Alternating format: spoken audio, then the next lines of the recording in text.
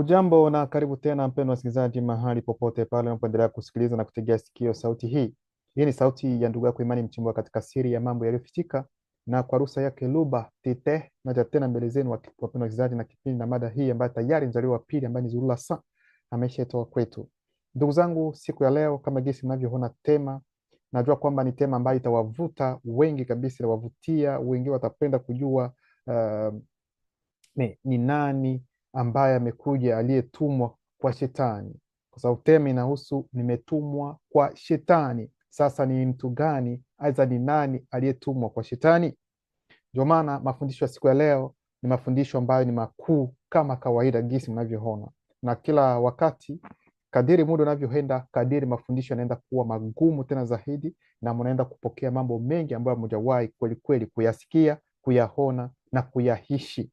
Lakini hayo yote ni kwa sababu ya upendo wa Luba kupitia neno lake. Ndio maana tunayafunuliwa haya wakati huu ambapo mzaliwa wa pili ambaye ni Zulula Sa yupo nasi. Mnapoandika kwenye mtandao, kwa mfano jina la huyu watakayeita shetani, watawapa picha mbalimbali. Kuna mara wanaweza wakapatia picha ya mzungu kwamba shetani ni mzungu, lakini pia wanaweza wakawaonyesha kwamba ni wa rangi ambayo ni nyekundu, kwa sababu wengine watasema kwamba wao wameshawahi kuona shetani, kwamba wakati walipokuwa katika hayo mambo yao ya kishirikina kichawi, kwamba walikuwa wakifanya mikutano pamoja na shetani, kwamba shetani alikuwa mbele wakisema hivi. Kuna wakati ambapo waliwahi labda kuongea jina la Yesu, shetani akaanguka kwenye kiti chake akasema, kwa nini mnataja hilo jina? Sio vizuri tena kutajataja hayo majina huku. Kwa hiyo kuna shuhuda nyingi sana ambazo mtasikia hao wanaoongea hivi, na mkiwauliza sasa, huyo shetani kweli kweli mliyemuona yuko namna gani? Wengine watawaambia kwamba ana mapembe, wengine watasema kwamba ana kwato, wengine watasema kwamba sijui ana mambo mengi ambayo wataelezea kuhusiana na namna alivyo yeye shetani. Lakini nawaambia ndugu zangu, maelezo yote ambayo wanawaambia kuhusiana na shetani, huyo sio shetani ambaye yule ambaye aliyeanguka, sio huyo. Na mnatakiwa kuelewa kwamba shetani inamaanisha kwamba aidha jina hilo shetani wanalolihita kwa wakati huu kwamba shetani, yaani inamaanisha ni mpinzani, na unaposema ibilisi, ibilisi ni mshtaki. Kwa hiyo ni yeye mtu mmoja. Watu wasiwaambie kwamba unapoongea Lucifer kwamba ni kiumbe kingine, kwamba unaposema shetani ni kiumbe kingine, kwamba unaposema ibilisi kwamba ni kiumbe kingine. Hapana, ni kiumbe kimoja, lakini anapotenda anachukua umbo lingine. Naposema umbo, sio mwonekano, sio sura, lakini anachukua maana ya kitu kingine. Kwa hiyo ndugu zangu, katika hizo dini zinazosemekana kwamba ni dini aidha makanisa yanayosemekana kwamba ni makanisa ya uamsho, wakati unajua kwamba ni makanisa ya kulalisha watu, kuwalaza watu, wanawaambia kwamba wao wanafanya mapambano dhidi ya shetani mlima Bobe, kwamba wanapambana naye, na wengine watakunja mikono ngumi, na kuna wengine wanaenda mapanga ili kwamba waende kuhakikisha kwamba wanamkata shetani kwa mapanga, na wengine watasema fire fire fire, wanamfukuza shetani kwamba aende mahali ambapo ni pakame. Sasa waulize, wakati wanapozungumza hivyo wanafikiri namna gani? Haya mahali ambapo wanampeleka shetani wanafikiria yanaweza hayo mahali hapo panaweza kuwa namna gani? Hizi ni swali ambazo watu hawajiulizi, lakini wanaongea tu kwa sababu wamesha karirishwa kwamba muwe mnafanya hivi, muwe mnaongea hili, lakini hawajui chochote wanachokifanya. Sasa mafundisho ya siku ya leo yatatoka kama kawaida ndani ya Kalata Ndimsi, ambacho ni kitabu cha maajabu, yaani ni code ambayo imefunuliwa kuhusiana na Kalata Mbali, ambayo ni Biblia, kitabu cha ukweli. Ndugu zangu, ni nyakati ambazo ni nzuri, na mafundisho haya yatakuwa na vipengele mbalimbali. Kipengele cha kwanza, tutaenda kwanza kuonyesha yule aliyetumwa kwanza kwa shetani alikuwa na anaitwa katika Biblia hizo za kisasa wanamuita kwa jina la Ezekieli, lakini jina lake halisi kabisa anaitwa kwa jina la Nginya. Na Nginya maana yake ni nguvu. Nginya maana yake ni uweza wa hali ya juu ambao alikuwa nao huyu mwanaume, na yule tunayeongelea hapa alikuwa mweusi, kwa sababu Ezekieli wa ndani ya Biblia za kisasa hajawahi kuwepo, bali ni historia ya huyu tunayeongelea hapa kuhusiana na Nginya, ndio walioichukua wakahunda jina tu la mhusika ambaye hajawahi kuwepo na kupachika hii historia, kwa sababu historia yote ambayo iko ndani ya Biblia ni historia ya watu weusi, lakini wazungu walibadilisha katika maslahi yao, katika lengo kwanza la kuwaweka watu weusi katika utumwa na kuwadhibiti iwe kiroho hadi kimwili. Na hicho ndio kitu ambacho hadi muda huu tunachokiona katika bara letu kipenzi ambalo ni Munyele ambao wataita Afrika, kwa sababu dini ndicho, yani tuseme ndio mlango bado ambao umebaki wa shetani kuingia na kuwakandamiza tena watu weusi. Ni dini zote, kwa sababu dini zote ni uchawi mtupu. Sasa ndugu zangu, kipengele cha kwanza ni kuwaambia kwanza kuhusiana mradi kamili wa shetani Mudima Bobe uliofunuliwa kwa Nginya ambayo wataita Ezekieli, kwa sababu natakiwa kuelewa kwamba shetani Mudima Bobe ana mpangilio wake kabisa. Ndani ya ukweli jina lake ni Mudima Bobe, yaani roho mbaya, kwa sababu ndiyo roho ya kwanza kabisa kuwa mbaya. Hilo mnatakiwa kulielewa vizuri. Sasa Nginya ambaye wataita Ezekieli atatumwa aende kwa shetani. Sasa atakapoenda kwa shetani, ataenda kumwona na gisi alivyo, kama gisi alivyoumbwa, sio kufikiri aiza kuwaza. Maana walio wengi wanasema kwamba shetani kwamba ni malaika, kwamba yeye ndio malaika mkuu. Hapana, shetani sio malaika. Kwanza, kitu cha kwanza, shetani yuko katika kundi la makerubi. Yes, na makerubi tunajua kwamba kuna aina mbalimbali za makerubi ambazo baadhi wana vichwa mbalimbali. Wanaweza kuwa kerubi mmoja anaweza kuwa na vichwa 4, hivyo muelewe hivyo. Lakini yeye shetani Mudima Bobe hayuko katika tawi hilo la makerubi ambao wana vichwa 4. Hapana, yeye ana kichwa kimoja, lakini mwili wake unajaa macho sehemu zote. Ana mabawa 4 na kwenye mabawa kuna macho pia. Huu ndio uhalisia halisi wa shetani gisi alivyo, sio malaika, ni kerubi. Na gisi wanavyosema kwamba na mabawa 4, msifikirie kwamba labda ni mabawa ya tai, aiza mabawa ambayo sisi tunaweza tukafikiria kwamba ndege anaporuka, aiza mabawa ambayo mnaona hawa wanaitwa malaika wanaonyesha kwenye filamu nini, wana mabawa. Sio mabawa ya namna hiyo, ni kitu kingine ambacho ni tofauti na yote hayo mnaweza mkafikiria. Huyu ninayeongelea hapa ndiye shetani Mudima Bobe alivyo, kama gisi alivyo kwa wakati huu. Haana hivi mnavyofikiri mapembe, no. Awe na mapembe kwa sababu hafanyi kitu gani? Yeye si demon, hapana. Mnaona Kwa hiyo yeye si mseto kama gisi mnavyofikiria. Haana kwatu. Kwa sababu ya nini awe na kwatu?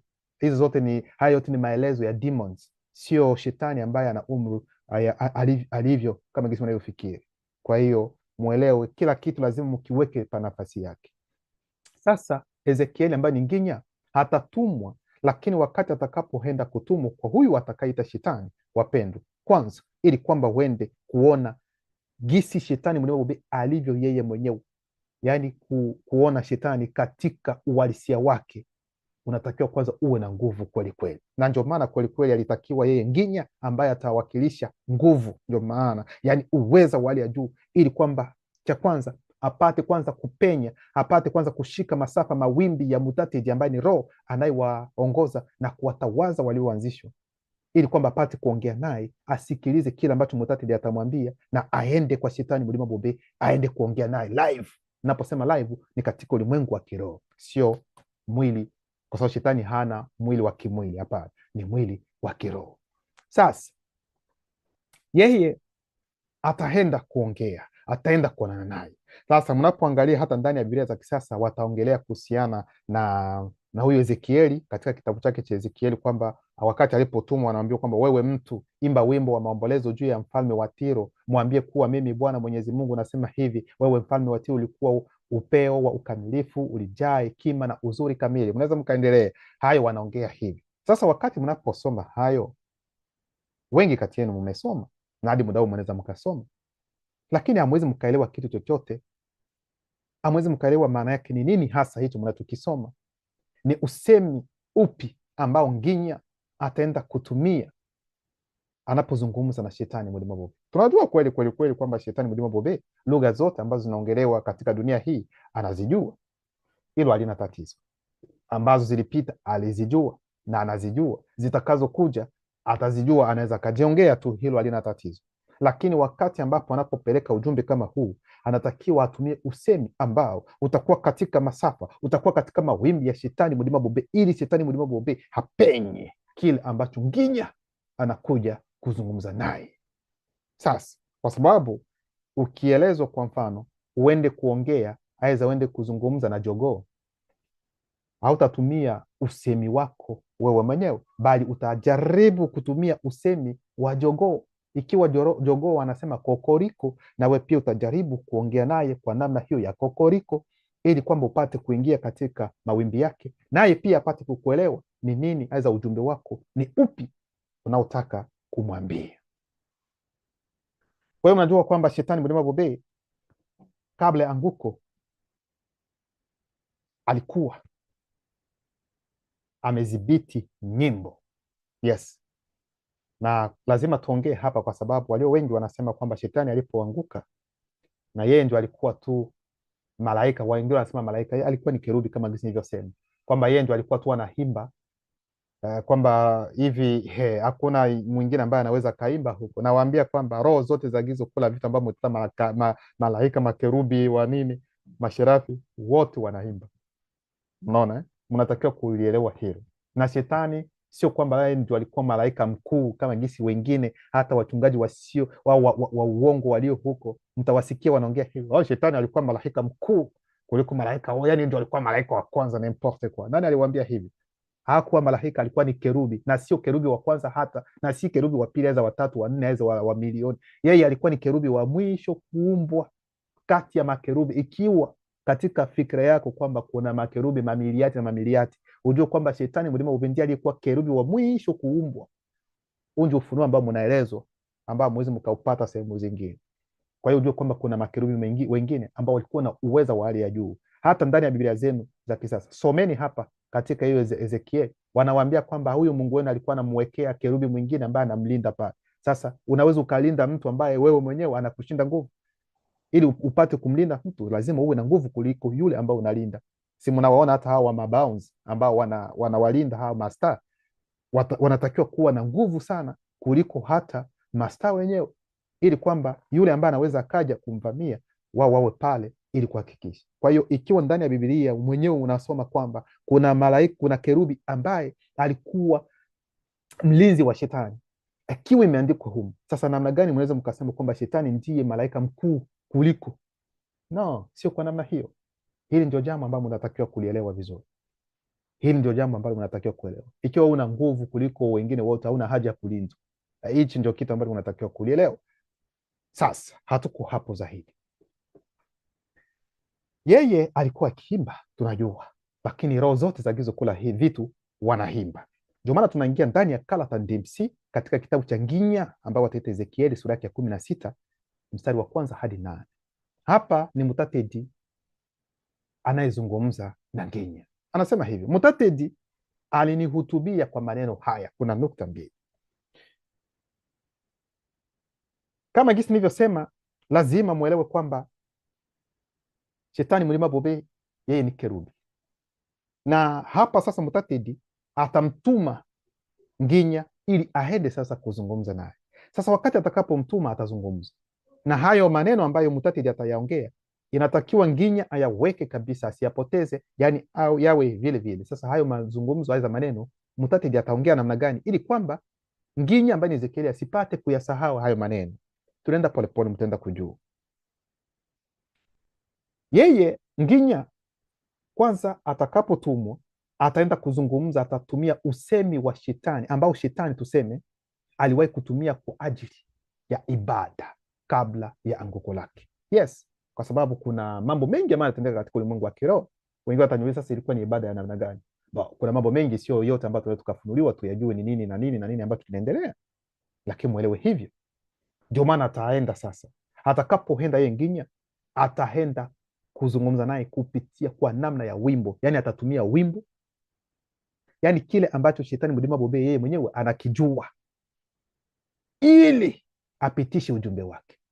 Sasa kuna hao wanaojiita kwamba ni Wakristo, wao wanaenda kumfukuza shetani, kwa kutumia sijui usemi mwingine ambao haukokote hata mawimbi ya yeye shetani mlima bobe hata kidogo. Hawana kufukuza shetani. Hawatoka kwa jina la Yesu. Yesu ni nani? Yenyewe ni demon ambayo itafukuza shetani. Haiwezekani.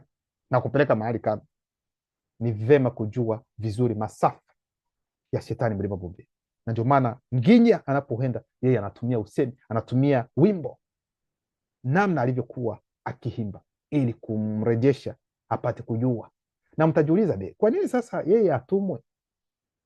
Kwa nini roho za gizo kula vitu mtati ndiye mwenyewe asiende amwambie? No, mtaenda kujua kwa nini. Hizo ni swali nzuri, lakini mtaenda kujua kwa nini. Kwa hiyo hapa anasema kwamba Mutatedi akamwambia, mwana wa mtu, mwambie shetani mlima bobe roho mbaya, ndivyo asemavyo Mutatedi. Ulisema moyoni mwako, nitapanda juu ambapo ziko roho zisizowezwa kutajwa. Nitainua uwezo wangu juu ya wakaribu ya muwekedi, yani muhumba kuna mabaya. Nitachukua nafasi yangu kati ya wawili wa maajabu. Nasimama hapa, labda walio wengi tukasoma hapa wasielewe ni nini ambacho kinaongelewa.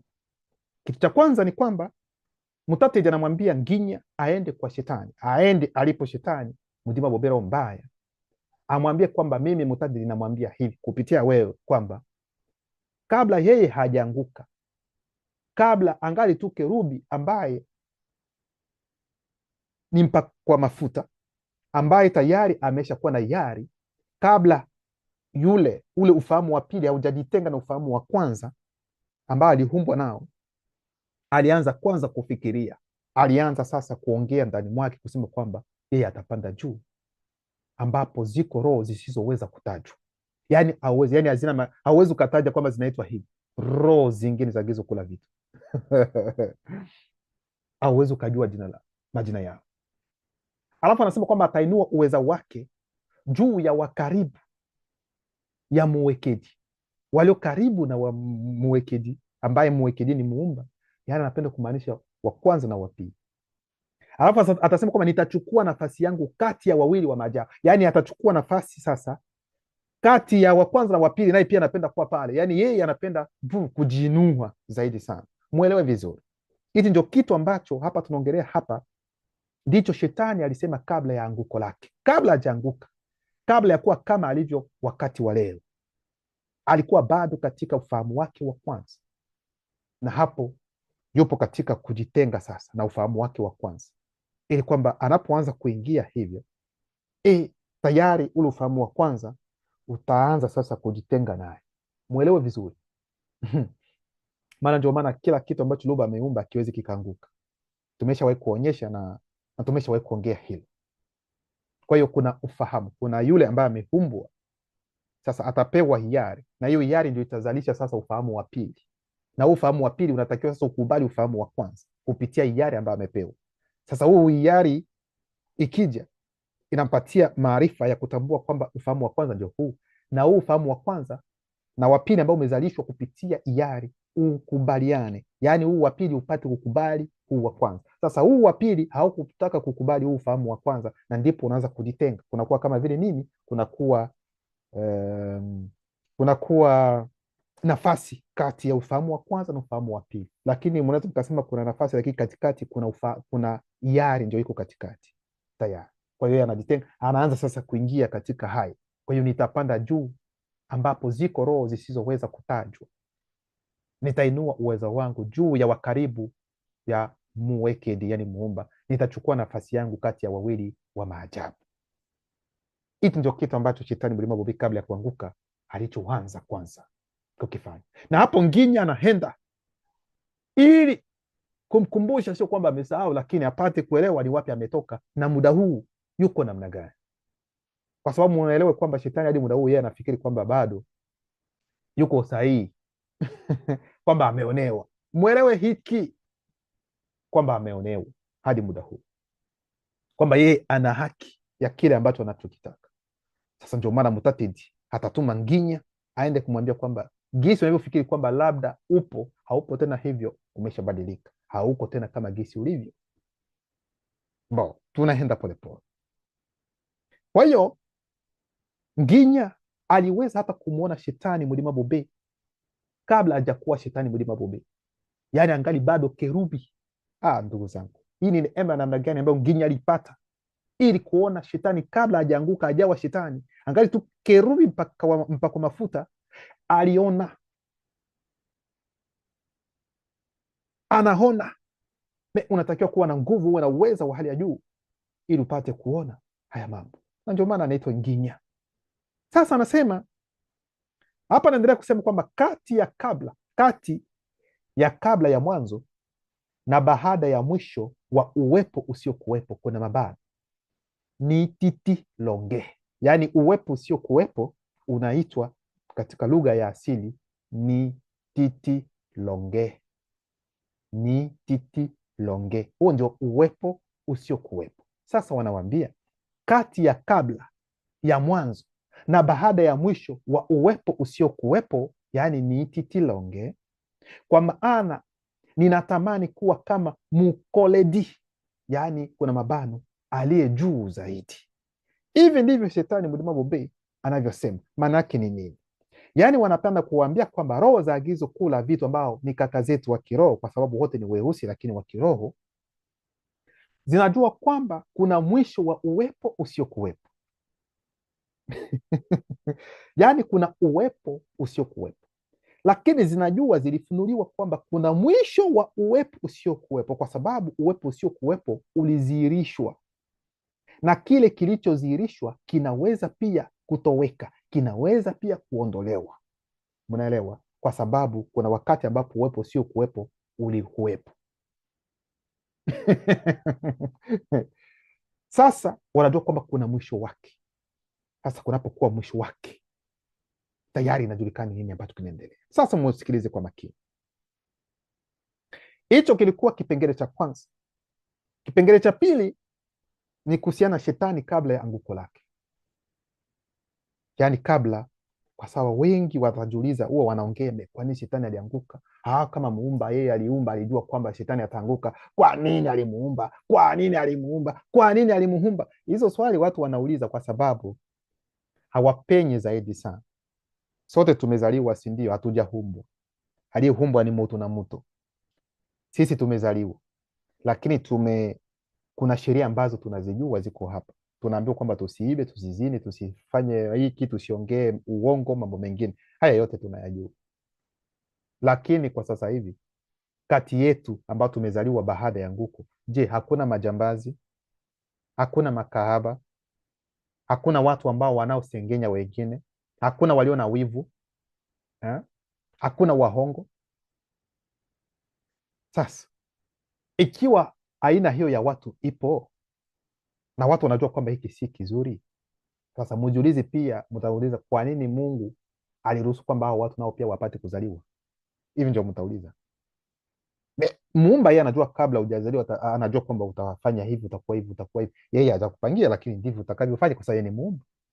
Sasa kwa sababu ya hivyo afanye nini? Hapa ndio watu wanatakiwa kufikiria zaidi sana. Kwa hiyo nikupenda kusema kwamba hapa wakati ambapo Nginya anapotumwa kwenda kwa shetani, yaani unapewa mamlaka na Mutatiri, aidha roho agizo kula vitu, yeyote yule akikupatia mamlaka ya kufanya kitu fulani, aweza kwenda sehemu fulani, kuwe nini, lazima utafanya hivyo. Yaani hakuna nguvu yoyote ile ambayo ingeweza kumzuia Nginya kutokwenda kwa shetani, kuongea naye, kumwimbia, kumwambia kwa kuimba. Yaani hata demon za kila aina zisingeweza kumzuia. Hata malaika walioanguka bamuluma bungulani, yaani ni kufanya njia hivi tu, anapita ili kwamba aende kuongea na shetani mlima Bobe. Hili ndio jambo ambalo natakiwa kulielewa. Alafu sasa wakati alipofika sasa, ndipo sasa yeye Nginya ataanza kumwambia kwamba ulikuwa kielelezo cha ukamilifu. Mnasikia? Hiki ndicho anamwambia kwamba ulikuwa, lakini maana yake hauko tena. Yaani ulikuwa kielelezo cha ukamilifu. Katika dunia hii ni nani ambaye ni kielelezo cha ukamilifu? Kwa wakati huu tunajua kwa Mzaliwa wa Pili tuko naye. Shetani mwenyewe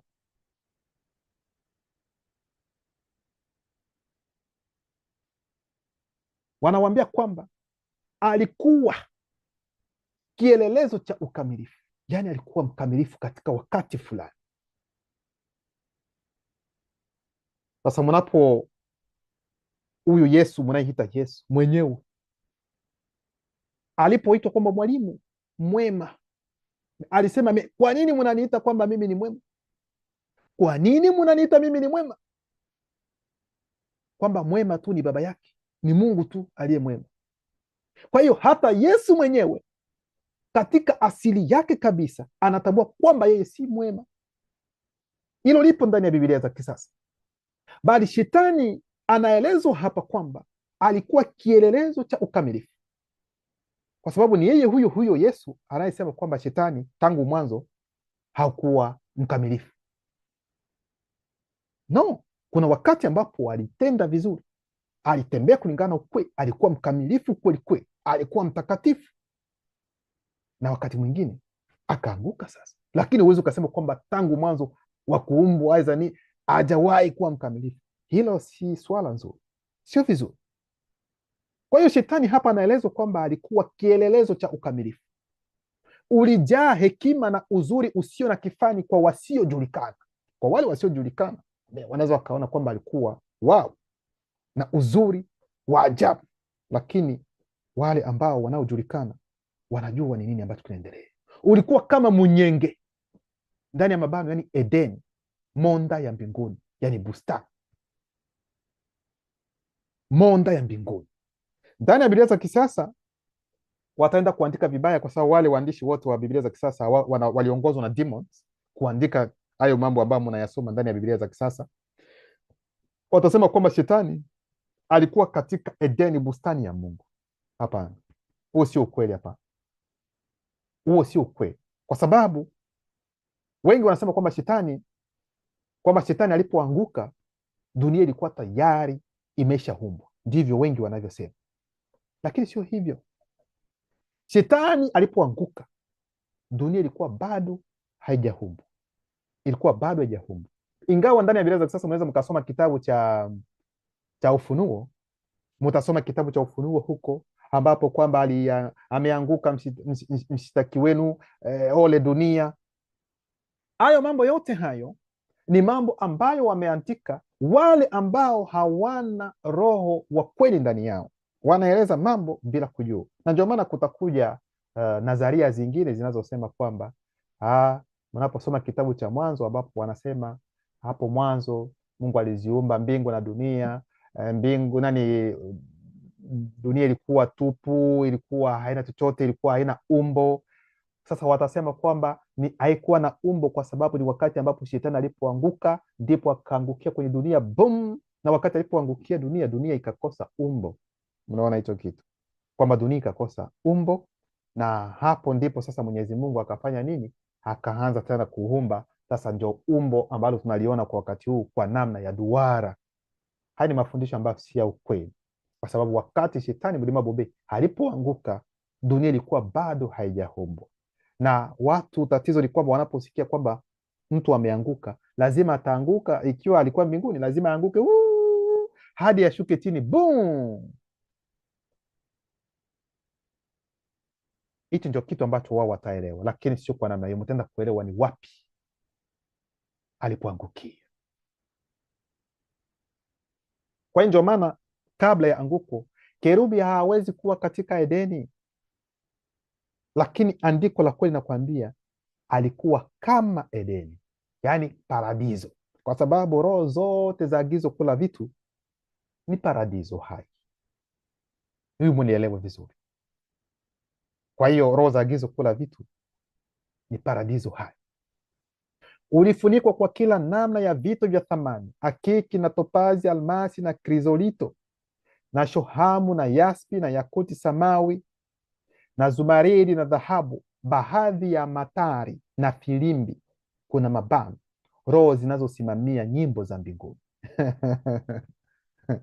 Yaani kile ambacho mnaita filimbi na matari, nyinyi mnaweza mkaona kwamba labda ni kama gisi mnavyoona katika hali inayoonekana, lakini katika ulimwengu wa kiroho hizo ni roho za agizo kula vitu pia, ambazo zinasimamia nyimbo za mbinguni. zilikuwepo ili kukusindikiza katika huduma yako ya orkestra iliyotayarishwa kwa ajili ya siku, kuna mabano, muda mfupi. Roho wa muda mfupi alikuwepo ulipoumbwa. Yaani wanamwambia kwamba Nginya atapenya na kutambua kwamba matari, filimbi ni roho zinazosimamia nyimbo za mbinguni, ni roho za agizo kuu la vitu, sio filimbi kama gisi mnavyofikiria. Na hao walikuwa hapo katika lengo la kumsindikiza. Kumsindikiza wapi? Kwa sababu shetani mlima bobe ambaye ni kerubi hapo awali aliyepakwa mafuta alitakiwa kuingia katika uanzishwaji, na wakati anapofundishwa, anapoingia katika uanzishwaji, lazima kutakuwa kaka zake ambao walioumbwa kabla yake, ambao watakuwa pale kwa ajili ya kumsindikiza ili apate kukamilisha, amalize uanzishwaji wake vizuri. Kwa hiyo ndio maana Nginya hapa yuko katika kumkumbusha muda ambao alikuwa bado hajaanguka, namna alivyokuwa katika kipindi hicho, sivyo alivyo tena. Ndio maana yake yule kerubi wa zamani aliyepakwa mafuta sio yeye tena. Yaani anamwambia sio wewe tena, huyu ambaye ninazungumzia hapa sio wewe tena. Ni kweli unabaki kerubi, lakini wewe si kerubi tena uliyepakwa mafuta, kwa sababu hayo yaliondolewa baada ya kuanguka kwako. Unabaki tu kerubi tu aliye na mabawa 8 na kadhalika, lakini kuitwa tena kerubi mpakwa mafuta, hilo ni jambo ambalo limepita na wakati sasa. Haya ndio mazungumzo ambayo Nginya anaenda kuongea naye, kwa sababu muelewe kwamba shetani katika kichwa chake yeye anahisi kwamba bado yeye ni kerubi tu aliyepakwa mafuta. Hicho ndio kitu ambacho niliwaambia, na hii ni moja kati ya sababu ya Nginya kwenda kutumwa na Mutatedi aende kuongea hivi. Sasa Nginya ambaye anawakilisha nguvu, uwezo, atakukumbusha kwamba wewe si yule tena, na wakati huo shetani atakumbuka alivyokuwa. Lakini sikilizeni kwa makini, anaweza kukumbuka gisi alivyokuwa, lakini hawezi kuhisi alivyokuwa, hawezi kuingia. Yaani hakuna hata hisia yoyote za miemko ambayo ataihisi wakati atakapokumbuka gisi alivyokuwa. Hivi sijui kama unaelewa vizuri maana kuna wakati mtu anaweza akakumbuka mambo ambayo yalipita wakati fulani, kuna hivi, kuna kama ni raha za maumivu aliyoyapata, na wakati mtu anapokumbuka kile ambacho kimepita, unaweza ukajihisi moja kwa moja. Na kuna wengine mara wanaanza kulia, unalia ni nimekumbuka kitu fulani, lakini hiyo hisia kwa shetani haiwezi kawepo tena, kwa sababu iliondolewa. Kweli atakumbuka gisi alivyokuwa, lakini hawezi akahisi namna alivyokuwa kabla ya kuanguka, kwa sababu hii loba kitendo cha shetani mlima wetu. Tuseme kwa mfano, yeye ambaye kwa wakati huu ameanguka, sasa amepewa kumbukumbu ya kukumbuka kile ambacho namna alivyokuwa, halafu anahisi gisi alivyokuwa, anahisi miemko ya namna alivyokuwa mkamilifu. Yaani kwenye hizo sekunde chache, moja kwa moja shetani anakuwa mkamilifu tena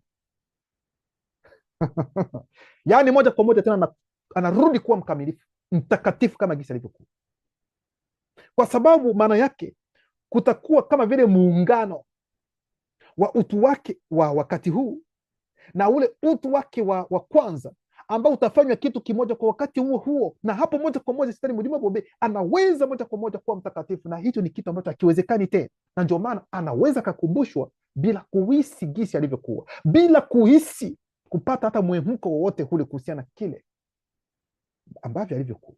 Hivi sijui kama unaelewa. Huu ndio uhalisia wa mambo ya kiroho. Ni kama vile nitachukua mfano, yaani tuseme kwa mfano shetani mlima bobe, ufahamu wake wa kwanza ndio huu na ufahamu wake wa pili ndio huu. Sasa Nginya anakuja kuongea, anaongea naye, anapata kumbukumbu ya namna alivyokuwa hapo. Sasa moja kwa moja, yani kama vile hiki kinakuwa kitu kimoja. Yani na unapokuja hivi kitu kimoja, tayari hata hiki nacho kinakuwa hivi, kinakuwa ni takatifu. Lakini wewe haliwezekani, kwa sababu hapa tayari kumeshakuwa sijui, ameshatengwa tayari, na hapo katikati mtaona kwamba ni bure. Sio bure, hapo kuna hiari yake ndio iko katikati, ameshatengwa tayari kuhusiana na kile ambacho kilitendeka. Kwa hiyo haya ndio mambo ambayo natakiwa kuyaelewa kuhusiana na mambo ya kiroho gisi yalivyo, ndugu zangu. Kwa hiyo ujumbe wa Nginya kwa shetani ni kwamba namna alivyokuwa, anamwambia namna ulivyokuwa zamani sivyo ulivyo tena, na hautakuwa kamwe namna ulivyokuwa. Kwa hiyo hawezi akaishi tena kuwa kama kerubi aliyepakwa mafuta. Hilo hawezi akaishi, kwa sababu hayo yote yaliondolewa. Ulikuwa ebutemundi, yani kerubi aliyetiwa mafuta, mwenye mabawa yaliyonyooshwa. Neno la tete lilikuwa limeweka karibu na wewe, ebutemundi, mwenye nguvu, kerubi mlinzi wa ukubwa wa kuvutia.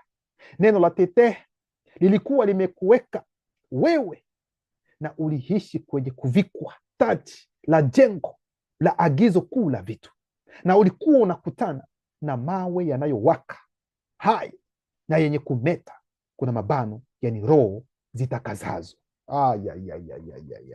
Yani mawe yote ambayo umeona alikuwa amevikwa hivi, alikuwa na mawe ambayo tumeyasoma hapo na hapo, hizo zote ni roho za agizo kuu la vitu ambao walikuwa naye pamoja katika safari yake ya uanzishwaji, zilikuwa pale zinamsaidia. Kwa hiyo huyo shetani anayeongelewa katika Biblia za kisasa sio shetani wa kweli, sio shetani halisi hata kidogo, kwa sababu kerubi wa zamani kabisa hakuwa kwenye mlima wa Mungu kama Yesu anavyosema, au ulikuwa sijui Edeni, ulikuwa kama sijui nani mlima wa Mungu. Atakuwa mlima wa Mungu namna gani? Ndani ya mbingu utakuwa mlima wa kitu gani? Maana mnatakiwa kuelewa kwamba milima imetokana na laana, imetokana na dhambi, ndio maana milima ikatokea. Milima haikuwepo, milima ilitokana na dhambi, ilitokana na laana. Kwa hiyo hayo mawe yote ambayo yalikuwa karibu naye, yani zilikuwa ni roho zitakasazo, zinazotakasa, zilikuwa pamoja naye katika uanzishwaji wake. Kipengele cha tatu, uanzishwaji wa mwisho wa yule ambaye aligeuka kuwa shetani, kwa sababu kabla ya kuwa shetani alikuwa ni kerubi tu mpakwa mafuta, lakini sasa uanzishwaji wake wa mwisho kabisa, ndipo sasa atageuka, atakuwa sasa shetani, atakuwa mpinzani. Kwa hiyo wakati Nginya alipokuwa akiongea, ulimwengu wa kiroho uliruhusu kwamba shetani mlima Babeli aone ule ufahamu wake wa kwanza, yaani aone namna alivyokuwa hapo mwanzo, bila kuhisi kama gizi nilivyosema, bila kuwa na mwehumko wowote ule wa namna alivyokuwa. Kuona aliruhusiwa. Alafu ataendelea kumwambia, umekuwa mnyohofu katika njia zako, katika kukutana nao, ili kupenya njia iendayo kwenye roho, ijulikanayo kwa jina la mti wa uzima, kanuni muhimu ya maisha, ili kutawazwa naye kwa kuwa na mwenendo usio na lawama, tangu siku, kuna mabano, muda mfupi, yani roho wa muda mfupi alikuwepo. Tunafunga mabano, ulipohumbwa mpaka ile ambapo siri iliyokatazwa ya kupingana kwa uovu kutokana na tamaa ilipatikana katika wewe. Maanake ni nini? Maanake ni kwamba yeye shetani mlima Babeli alitakiwa kupita katika uanzishwaji mafundisho kadhaa. Sasa yeye alianza kwanza kufunzwa kuhusiana na mambo ambayo ni wema, na baada ya hapo sasa atafunzwa utofauti wa kile ambacho ni chema. Ni kama vile katika kipindi cha Adamu, huyu wanaita Adamu na Eva ndani ya Biblia za kisasa, yuko katika Edeni, aliambiwa kwamba miti yote ambayo iko hapa matunda yake unaweza ukayala, lakini ule mti ambao uko pale hapana kula. Ina maana hapo tayari ameshaanza kufunzwa mema na mabaya, yaani ukienda kula ni vibaya. Sasa watu unapowaambia kwamba watu wanaanzishwa, watauliza me, ina maana kwamba katika agizo kula vitu kulikuwa tayari mabaya, sasa namna gani wanaweza wakafunzwa mabaya na mazuri? No, ni kama vile unapohisi kwamba umeshiba, yaani utofauti wa kushiba ni kuhisi njaa. Hivi ndivyo unavyotakiwa kuelewa, ndugu zangu. Kwa hiyo ikiwa unaambia kwamba utii na usipotii ndio kosa, ndio utofauti huo. Hayo ndio mama ambayo alitakiwa kufunzwa, na uanzishwaji huo wa mwisho, yani ungempelekea hadi afike akutane na roho huyu anayehitwa kwa jina la mti wa uzima. Angefika hapo na kuanzishwa naye, yani amemaliza, amefanikiwa. Lakini alikwama kwenye uanzishwaji wa mwisho kabisa, na huu uanzishwaji wa mwisho ambao alikwamia, tutaenda kuwaonyesha ni uanzishwaji gani ambao walikwama.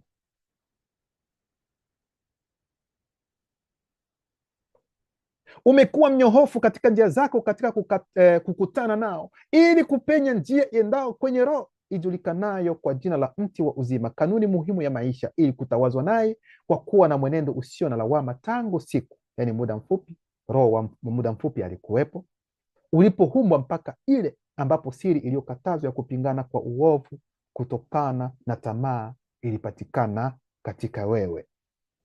Kwa hiyo utofauti kati ya kuumbwa kwa roho za agizo kula vitu na kuzaliwa kwa watu sisi ambao tuko katika hali inayoonekana ni kwamba mtoto anapozaliwa, kwa mfano, anapozaliwa ana ufahamu wa kwamba huyu ni daktari, huyu ni mama ambaye amenizaa. Ufahamu haana, yeye hana ufahamu. Lakini kitu ambacho atakifanya wakati mtoto anapozaliwa, analia. Kuna mambo mengine ambayo mtoto unaweza ukamfunza, lakini kulia mtoto hafunzwi kulia. Unaweza mkajiuliza wakati namna gani mtoto anapozaliwa anaanza kulia. Nani amemfunza kulia? Nani amemfunza kulia? Na kuna wengine anapozaliwa tu anawekwa kwenye matiti ya mama na anaanza kunyonya. Nani alimfunza kwamba kunyonya ni hivi, kukokota ni hivi? Ni nani? Kwa hiyo kuna taarifa kadhaa ambazo zimewekwa tayari katika DNA, ni kutokana na mtu wa kwanza. Mtoto anapozaliwa na anaanza kulia, kuna mambo mawili. Kitu cha kwanza, tukienda tu kwenye tafsiri za maana tu ya rahisi, tunajua kwamba mtoto anapozaliwa, yani anatoka katika mfuko wa mama, kulikuwa hewa ambayo iko tofauti na hii ambayo ameikuta hapa. Ina maana kwamba labda anaweza akatoka, yani anajisi kama labda hata baridi ambayo imeingia tayari, hii inaweza kumfanya aliye moja kwa moja, kwa sababu anaona kwamba hayuko tena sehemu ambapo alikuwa moja kwa moja, sio katika ufahamu, lakini atajisi hivi, itakuwa automatically na analia. Bali maelezo ya pili kiroho zaidi sana ni kwamba mtoto anapolia wakati anapozaliwa, inapenda kuashiria wakati ambapo mtu na mtu walipoanguka. Wakati walipoanguka walihisi maumivu. Musikie vizuri, walihisi maumivu, walijihisi vibaya, na huko kujihisi vibaya huko kutakuja kuzijirisha baadaye kwa namna ya kilio kwa watoto ambao wanazaliwa sasa. Hiyo ni maana nyingine ambayo tunaweza tukasema.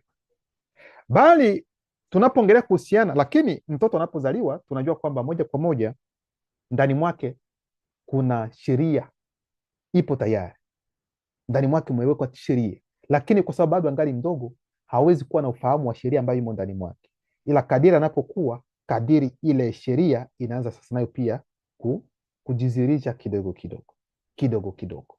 Hivi ndivyo mnavyotakiwa kulelewa. Bali roho za agizo kula vitu zinapoumbwa, zina ufahamu moja kwa moja kwamba tite ni tete.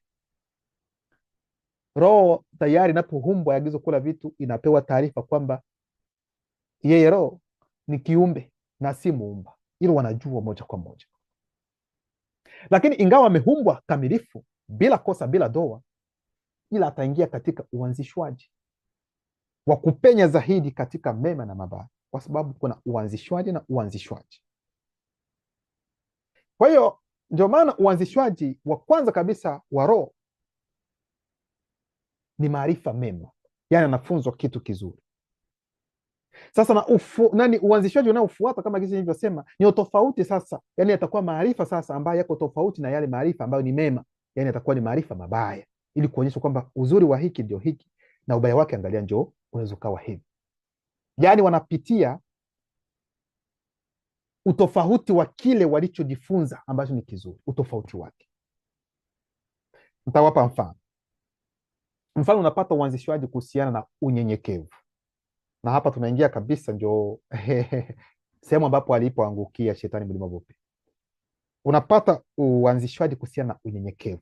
Unaingia kiundani, unaingizwa kiundani namna unyenyekevu ulivyo, mtu anavyo, unajisi namna gani unapokuwa mnyenyekevu, unapata haya mafundisho. Sasa ukimaliza haya mafundisho kuhusiana na unyenyekevu, utaelezwa sasa ikiwa mtu hana unyenyekevu atakuwa namna gani. Mnaona eh? Yaani mtu anapokuwa kwamba hana unyenyekevu, huyu mtu atakuwa na kiburi. Na kuwa na kiburi ni nini? Ni kujiona kwamba yeye ndiye bora kuliko wengine, yeye anajua kuliko wengine, yeye ndiye anayetakiwa kuonekana, wengine hawana. Yaani wengine wote wako chini, yeye yuko juu. Ni kwa sababu ya nini? Kwa sababu huyu mtu amekosa unyenyekevu, na ikiwa unyenyekevu haupo, kitakachojidhihirisha moja kwa moja itakuwa ni kiburi. Kwa hiyo ndio maana unapita katika uanzishwaji pia wa kujua kiburi ni nini. Hivi mnaelewa vizuri ndugu zangu? Kwa hiyo unafunzwa sasa, unahisi namna gani unapokuwa katika kiburi. Unafundishwa, angalia mtu anapokuwa na kiburi ni hivi na hivi na hivi na hivi na hivi, lakini unafunzwa hivyo bila kutenda dhambi. Sikilizeni kwa makini, unafunzwa hivyo bila kutenda dhambi. Sasa katika hayo mafunzo kuna mpaka. Sikilizeni kwa makini kuhusiana, kwa mfano, na kuhusiana na kiburi. Unapoanzishwa kuhusiana kiburi ni kitu gani, kwa sababu kuna roho wa kiburi, waagizo kula vitu, lakini yeye hana kiburi. Kuna roho msimamizi, yani roho wa kiburi yupo, waagizo kula vitu. Katika kila kitu kuna roho waagizo kula vitu, yuko nyuma. Yeye anaweza kakuanzisha kuonyesha kwamba kiburi ni hivi ni hivi ni hivi ni hivi, lakini yeye hana kiburi, ila ni yeye roho wa kiburi. Sasa anakupatia, anakuanzisha. Sasa kuna mpaka sasa ambao upo, kuna kikomo chake. Sasa ukivuka huo mpaka huo, ina maana kwamba ukivuka mpaka unaenda kukubali kiburi hicho, na hapo moja kwa moja unafukuza ule unyenyekevu uliokuwa nao. Tayari kunakuwa upinzani ambao unaingia moja kwa moja, maana yake unaanguka, kwa sababu yani ulifukuza hadi ule unyenyekevu ambao ulikuwa nao katika kuonyeshwa namna gani kiburi ilivyo. We ukavuka mpaka, yani ukafanywa kitu kimoja na kiburi, na ukazirisha kweli kweli kujiinua hadi ule unyenyekevu ambao ulikuwa wa kwanza wewe kupata, unatoweka. Basi mambo yanaharibika, na hapo unaanguka, kwa sababu unyenyekevu haupo tena ndani mwako. Hapo unaanguka. Kwa hiyo wakati ambapo Yesu anaposema kwamba ndani ya Biblia za kisasa kwamba shetani hakuwahi kusimama katika ukweli, huu ni uongo. Mnajua kwa nini? Kwa sababu hauwezi kwenda kumdanganya mtu ikiwa haujui utofauti wa kumdanganya ni nini. Ikiwa haujui ukweli, namna gani unaweza ukaenda kuwasukuma wengine, watu wengine watende uongo, watu watende mabaya? Ni kwa sababu unajua kwamba kuna mazuri, ndio maana unaenda kuwashawishi wengine watende vibaya. Ina maana kwamba umeshakuwa na maarifa kuhusiana na ukweli. Kwa hiyo huyo Yesu anaposema kwamba shetani hajawahi kusimama katika ukweli, yeye ni mwongo tu. Aliwahi kutembea katika ukweli, anajua ukweli, na ndio maana anadanganya. Kwa sababu kudanganya ni kwa sababu unajua kwamba kuna kitu ambacho halisi kiko hapa. Sasa unaongea tofauti na kile ambacho kipo, maana unakijua, unakifahamu. Kipengele cha 4, kosa la kwanza la shetani kabla ya anguko lake la kwanza. Kwa sababu watu wanafikiri kwamba anguko la shetani kwamba alianguka na malaika Mikaeli wakapambana boom, akamwangusha. Na vita hivi vya Mikaeli labda sasa ni anguko la 5, nafikiri nafikiri la 5 ndio anguko la 5 la shetani mlima bobe.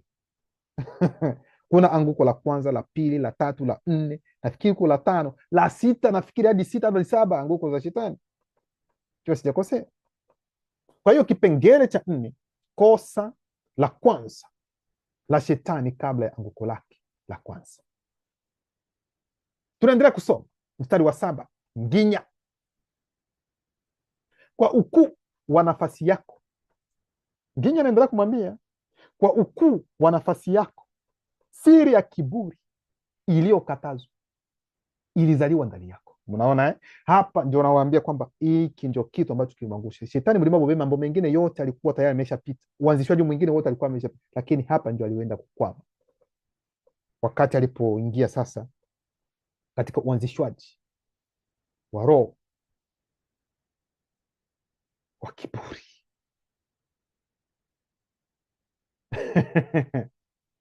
Kwa ukuu wa nafasi yako, siri ya kiburi iliyokatazwa ilizaliwa ndani yako. Kwa sababu kuna siri, kuna kiburi ambayo ni nzuri, ambayo ni kulingana na roho wa agizo kula vitu, ambaye ni roho msimamizi wa kiburi. Yeye kiburi chake akina matatizo, lakini alitoingia yeye ni tofauti. Kwa ukuu wa nafasi yako, siri ya kiburi iliyokatazwa ilizaliwa ndani yako, ukabadilika na ukajawa na jeuri, kisha ukatenda dhambi kwa makusudi. Ebute mudi mwenye nguvu, kerubi mlinzi wa ukubwa wa kuvutia, alikuondoa kutoka kwa jengo la kutawazwa la agizo la vitu. Basi kuna mkato kwanza. Kwa hiyo anguko la kwanza, aliyekuwa wa kwanza kumfukuza yeye aliyebadilika kuwa shetani ni yule roho mlinzi, yule kerubi mlinzi aliyekuwa naye, ndiye alikuwa wa kwanza kumfukuza kutoka katika hilo jengo la kutawazwa ambalo ni jengo la agizo kuu la vitu. Na baada ya hapo kulikuja vingine, akasukumwa hadi ikafikia sasa wakati sasa wanakutana sasa na yule ambaye wataita Mikaeli. Sasa hapa sasa, basi mmoja wa mashujaa basangwa tumba ambaye ni mene, wataita Mikaeli, yani malaika mkuu Mikaeli, ndivyo anavyotafsiri. Alikufanya upotee kutoka kwenye makao ya agizo kula vitu, mahali ulipokuwa. Ebute mudi, kuna mabano, kerubi aliyetiwa mafuta. Hapa sasa sio kwa herufi kubwa. Kutoka katikati ya mawe yanayowaka hai na yenye kumetameta, kuna mabano, roho zitakasazo. Kwa hiyo anguko la kwanza kabisa, aliondolewa katika jengo la kutawazwa la agizo kuu la vitu. Sio vile vita ambavyo alifanya na mene, hapana, ni baadaye huko. Kwa hiyo aliyemwondoa pale alikuwa ni kerubi mlinzi ambaye alikuwa na ukubwa wa kuvutia.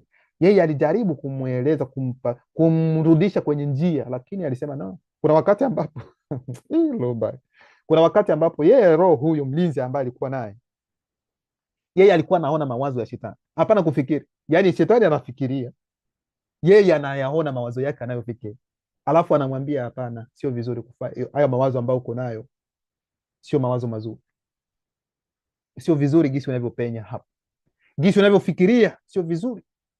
Lakini mtaona gisi alivyokuwa naongea shetani, alivyomjibu, akasema no, wewe haujapenya haya.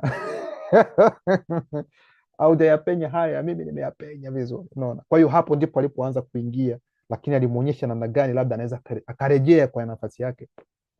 Kwa hiyo akamwondoa hapo. Kipengele cha 5, makao ya anguko na anguko la 5 la shetani. Hapo sasa ndipo mjue ni wapi, kwa sababu watawaambia sijui shetani alikuja akianguka huku duniani. Shetani ameangukia wapi? Heshima yako imekujaza kiburi na uzuri wa nafasi yako umekutenganisha na roho wa sababu. Yaani roho wa sababu alitengana naye. Kuna mabano, amekufanya upoteze sababu yako. Unawasilishwa kama tamasha kwenye makao ya anguko. Makao ya anguko, kuna mabano, chini ya mtazamo wa kutoboa wa roho zinazosimamia makao ya anguko. Kwa hiyo wanapenda kuambia kwamba sehemu ambapo shetani Mlima Bobea na ba Mlima Bungulani malaika walioanguka walipopelekwa, walipotupwa kama gisi wanavyosema watu, makao yao yanaitwa makao ya anguko. Yaani makao ya walioanguka, yaani makao ya roho zilizoanguka. Yaani kuna sehemu ambayo ni sehemu ya roho zilizoanguka, na sio duniani, hapana, ni katika ulimwengu wa kiroho. Ni katika agizo kula vitu, moja ya makao ya roho za agizo kula vitu. Hicho ndio kitu ambacho tunatakiwa kukielewa, ndugu zangu. Ndio maana kitabu cha Uonja ambao utaita Isaya sura ya 14 mstari wa 9 hadi 11 inasema roho zinazosimamia makao ya anguko zina shauku kukukaribisha unapowasili.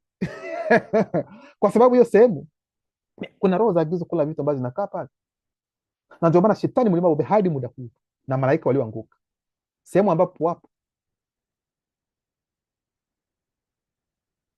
ni roho za agizo kula vitu ambazo ndizo zinazotawala.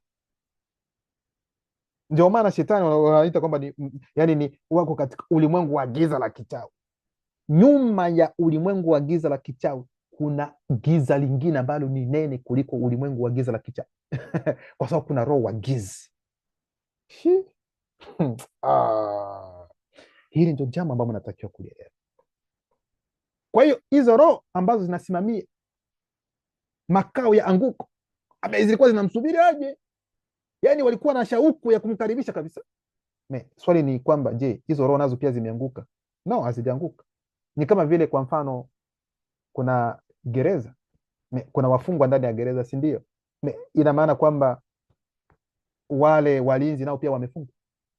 Walinzi hawajafungwa, wakitaka wanaenda nyumbani, wanaingia, ila ina tatizo. Ila haijamaanisha kwamba shetani mlima bobe amefungwa minyororo kama gisi wengine. No, ni sehemu yao, lakini hiyo sehemu kuna roho za giza kula vitu ambao pia ndio wanaosimamia hapo. Lakini wanafanya kile ambacho wanaweza wakafanya na vingine hawawezi wakafanya. Basi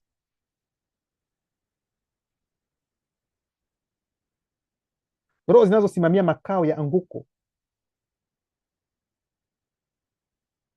heshima yako imekujaza kiburi na uzuri wa nafasi yako umekutenganisha na roho wa sababu. Unawasilishwa kama tamasha kwenye makao ya anguko chini ya mtazamo wa kutoboa wa roho zinazosimamia makao ya anguko.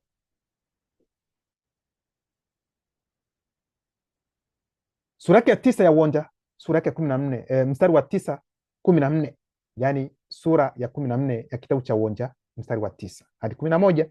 Roho zinazosimamia makao ya anguko zina shauku kukukaribisha unapowasili, kuna mabano, kabla ya uumbaji wa hali inayoonekana.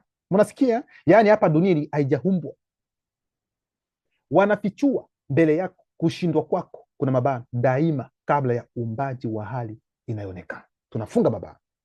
Wakuu walioanzishwa wote wa dunia walijulishwa, kuna mabano, kila mmoja kwa wakati wake, muda mrefu baada ya uumbaji wa hali inayoonekana. Sasa wakuu walioanzishwa sasa wanaelezwa ni baada sasa ya uumbaji wa dunia, lakini kila kitu yeye mambo yote yameshamalizika kwake. Wakuu wakubwa walioanzishwa wote wa dunia wanazungumza ili kukuambia wewe pia huna nguvu, umekuwa duni.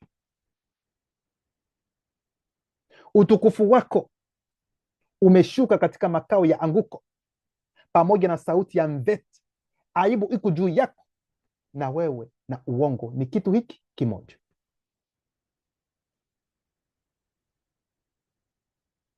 Tunaenda katika kitabu cha Asili ya Ndani ya Shetani, ndani ya Kalata Ndimsi, sura ya kwanza sura 141 inasema, baada ya anguko la 5 la Shetani alijikuta katika kundi la vikundi vitatu vya Bamululoma Bungulani, yani malaika walioanguka, katika mojawapo ya kweli za ulimwengu wa kiroho, ambayo ni mahali pa mpito, aiza pa mapito, kumrazi, mahali pa mapito pa waliofukuzwa, kuna mabano, kusukumwa nyuma, kufukuzwa, tunafunga mabano. Mnaona? Yani sehemu ambapo walipo ni sehemu ya mpito tu, kwa sababu wana sehemu yao ambao wataenda baada ya nyakati. Ndio maana tunarejea tena, tunaenda kwa Nginya ambayo wataita Ezekieli sura ya 17 mstari wa kwanza hadi 8, nasema, demoni ndege zote zinakaa kwenye matawi yako, demoni zote za dunia zinakaa chini ya matawi yako, na mataifa ya wazungu na damu mchanganyiko, yani metisi zote, mataifa zinakaa chini ya kivuli chako, pamoja na wasioanzishwa. Ulikuwa mzuri katika ukuu wako, katika upana wa matawi yako, yani mabawa, kuna mabana, kwa maana mizizi yako ilitumbukia kwenye maji mengi, kuna mabano, roho wa uwepo. Hakuna roho inayojulikana kwa jina la ebongo wa bongo bobinga ya monda mamu nyenge, yani bustani ya Edeni, haikuweza, inakuzidi, haikuwa inakuzidi kumrazi. Kuna mababu kulingana na ufahamu wako hawakuona wivu, hawakuonea wivu. Tunafunga mababu. Kila roho inayojulikana kwa jina la ebongoa bongongi, taita mti wa Krismasi wa mengine, haikuwa sawa na matawi yako. Hiyo roho haikuwa sawa na matawi yako. Kuna mabano kulingana na ufahamu wako hawakujilinganisha na wewe. Tunafunga mabano. Na kila roho inayojulikana kwa jina la ebongoa mwenge hakuwa kama matawi yako. Kuna mabano kulingana na ufahamu wako hawakuwa na matamanio sawa na yako. Hakuna roho inayojulikana kwa jina la buma, kuna mabano, yani ebongo, yani mti ya bustani ya raha, haikulinganishwa na wewe kwa uzuri. Kuna mabano kulingana na ufahamu wako. Miili ya roho hizi ilimeta, kuna mabano, iliyowaka, ilimetameta kama vitu vya thamani. Nyuso zao ziling'aa kama umeme. Hizo roho za makao ya anguko ziling'aa kama umeme, macho yao kama miali ya moto wakao, mikono na miguu yao iking'aa kama mng'ao wa dhahabu safi. Udhihirisho wa mapenzi ya Tete ulikuwa umekupamba kwa wingi wa matawi, kuna mabano, yani mabawa yako, na kila buma ya Edeni, yani kila mti wa Edeni katika bustani ya Ra ilikustajabia. Ndio maana Mutatedi asema hivi, kuna nukta mbili: kwa sababu ulikuwa na shina refu, kwa sababu alitupa kilele chake kati ya matawi mazito, na kwa sababu utu wake ulijivunia urefu wake. Sasa umeanguka katika makao ya anguko, na roho zinazosimamia makao ya anguko zina shauku ya kukukaribisha utakapowasili. Mudiba Bekokiseti atanyesha kiroho moto, kuna mabano, wa neno ambalo ni neno la Tete, na sulfuri ya kiroho kutoka agizo kuu la vitu juu yako na juu ya majeshi yako na juu ya mataifa mengi ambayo yatakuwa pamoja nawe. Maana yake ni nini? Yaani hapa Nginya katika mstari huu wa 8 anamwonyesha Shetani Mlima Bobe kwamba angalia mwanzo wako gisi ulivyokuwa na angalia mwisho wako gisi umemalizika. Hivi msijui kama unaelewa namna gani alivyomwambia kuhusiana na mwisho wake. Kwa sababu tunapoenda kwenye kitabu cha Ufunuo ndani ya Biblia, ndani ya Kalata Dimsi sura yake 20 mstari wa 10, kabla ya kusoma twende kwanza kwenye 8, anasema namna gani? Mudima Bekokisedi atanyesha kiroho moto, kuna mabano, wa neno ambalo ni neno la Tite, na sulfuri ya kiroho kutoka agizo kula vitu juu yako. Juu ya nani? Shetani Mlima Bobe. Na juu ya majeshi yako. Akina nani? Dima, malaika walioanguka. Na juu ya mataifa mengi ambayo yatakuwa pamoja nao, na wale wengine wote wanaotenda dhambi ambao wataki kukubali ukweli huu wa neno la kiluba Tite. Ndio maana Ufunuo BBCD 20:10 nasema wakapanda juu ya uso wa nchi, kuna mabano, kwa njia nyingi, tunafunga mabano, wakaizunguka kambi ya watakatifu huko Wase, bara lipendwalo, kuna mabano, kwa sababu wakati huu utakuwa wenye kutamanika kama ilivyokuwa wakati Mbowa Mudongo, kuna mabano, yani Magogu aliishi, kuna mkato, mjukuu wa Wumse na Mudongo, yani Gogu, mzao wa Muna, yani Ruben, mwana mkubwa wa Tindi. Lakini moto wa neno ulishuka kiroho kutoka mbinguni na kuwateketeza. Yani hata ndani ya Kalata Ndimsi wanawapatia asili ya huyu, wanaosema Gogu na Magogu alikuwa kina nani? Tumewaambia Gogu na Magogu ni Urusi, ni n'importe quoi. Sikilizeni uhalisia wa mambo gisi yalivyokuwa. Kwa hiyo Nginya alipoenda kwa Shetani alienda kumwonyesha tu kwamba bwana, usifikiri kwamba labda wewe jinsi ulivyokuwa kabla ya kuanguka ndivyo ulivyo. No, umeshabadilika, huko tena vile. Angalia mwanzo wako, kweli ulikuwa hivi? Angalia sasa jinsi ulivyobadilika, na angalia kile ambacho kitatokea huku Mlima Vikokisi atakachokifanya, na mwisho wako ndivyo ulivyo. Hii ndio taarifa, huu ndio ujumbe ambao Nginya alienda kumpatia Shetani Mlima Vumbi, na hapo akiimba. Kwa hiyo ndugu zangu, mijadala mnayoendelea kuifanya ni ya bure, mnaharibu muda wenu bure, maana kila kitu kimeshamalizika. Loba anaendelea kujitukuza.